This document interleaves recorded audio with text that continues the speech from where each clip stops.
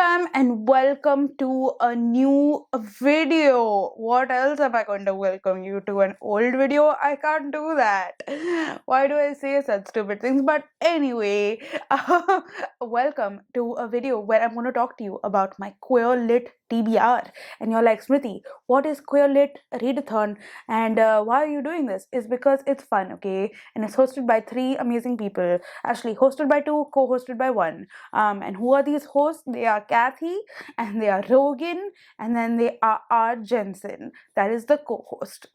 But anyway, point is, Queer Lit Readathon is this readathon where essentially you just read queer literature for a week. And I did it in July, and I thought it was super enjoyable, super fun. I actually even vlogged my entire journey there. So you can check out that vlog, and you can also let me know in the comments whether I should vlog this round's journey as well. I don't know if you want me to do that or not, but I would be down to doing it if you want me to. Anyway, so I have 5 books that I want to read, and they all fit this bingo board prompt that they make, which is super cool, super fun, which is essentially this bingo board, which has all of these different sort of prompts, and you essentially try to hit bingo or like a blackout, which is like all of them are gone, or you just have fun and read queer literature just in general, with or without these prompts. But yeah, I really like all of the prompts because it really makes me go out of my comfort zone to read something different and cool and interesting. So I have tried to fit 5 books, as I said, into these prompts. So I will tell you what those books are and which prompts they fit. And yeah, then you can give me some more recommendations if you want for me to get a blackout, because I haven't been able to get a blackout through this, and I want to. So yeah, let's get to it. The first book that I want to read is In the Dream House by Carmen Machado, and this is a book that I've been wanting to read forever. But what the book is about Carmen's relationship with another woman and how it was very violent. And you're wondering, Smriti, why do you want to read about that? That is because the way she has written about this has apparently really broken form in terms of how a memoir is supposed to be written. So for example, she's written this in terms of Dream House as a road trip to everywhere, Dream House as Meet the Parents, Dream House as 9 Thornton Square. So she's basically, I don't really know like how she has done this, but she's written it as something, and I'm not too sure what this book is about and how exactly she's done it. But once I read it, I'll be able to give you a better understanding of it. So pardon my confusion, but I really only read the book and then I'll know. Okay. And this book covers a lot of prompts, which are non-fiction, non-coming out, own voices, BIPOC MC, and MC not like me. So this book is killing it in my view. The second book is How It All Blew Up by Arvin Ahmadi. And this book is about this 18-year-old boy who has, I think, like, he faces a lot of bullying at school, and something goes terribly wrong, and he decides to just run away, and of all places he decides to go to Rome, but he is then caught in the Rome's whatever interrogation thingy at the airport, because he's Muslim, and then there's just like a lot of intersectionality between his Muslimness and his gayness, and just like a bunch of stuff which happens. I don't know, but I liked this, the way that it sounded and what it was about. And if you do not understand what this book is about by what I just said, then I will link all of these books down below for you to check out on like Goodreads or whatever.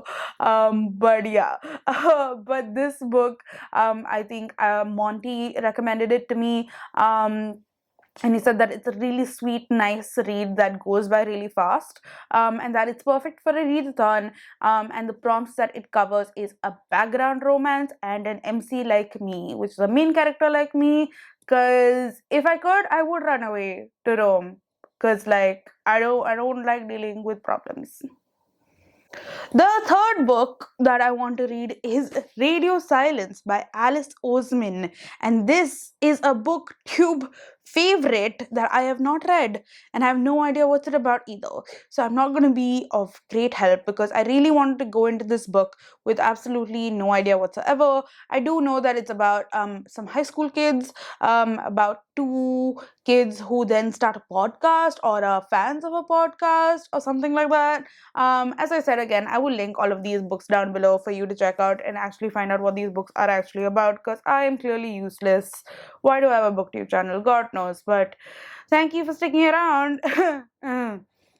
Anyway, Radio Silence, heard great things. It also has apparently ace or asexual rep. And I have also added the question mark, question mark, question mark, whatever the bingo board aspect thing to booktube hyped. So it's gonna fulfill that prompt. But yeah, I'm excited. Key from Books and Key gifted this to me. So how cute. She's so sweet. But yeah, I'm excited to read this one finally and see what the hype is about.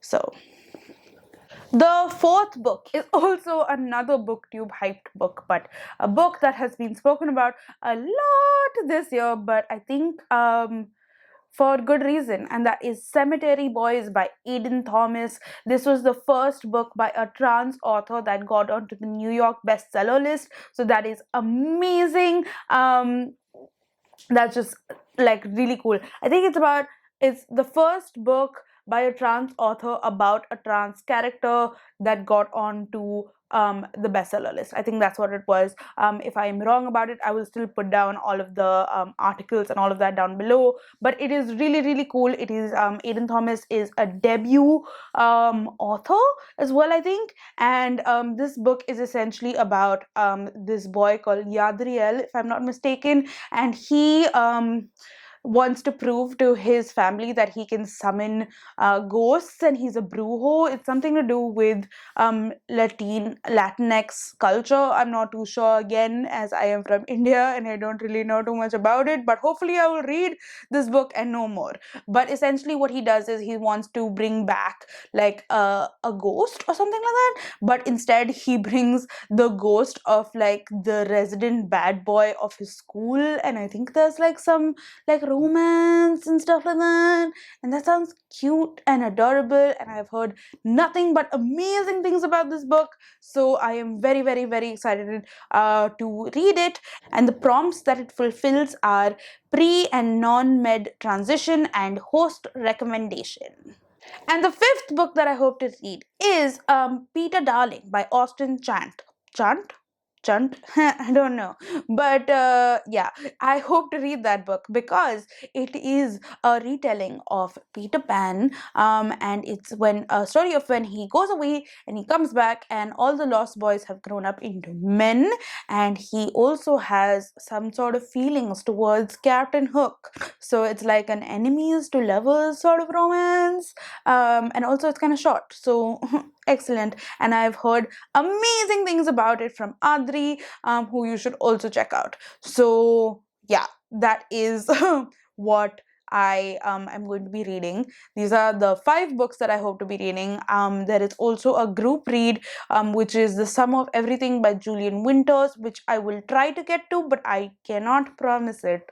And there is another prompt of a graphic novel, which I might just like go through the online version of Heartstopper by Alice Oseman, because I know that it is much beloved and I should definitely like read it because I want to see what the hype is about as well, and it's supposed to be cute and fluffy and nice and cute. So yeah, that's what it might be. But do let me know in the comments down below if you are participating in the queer lit readathon, because it's just so much fun.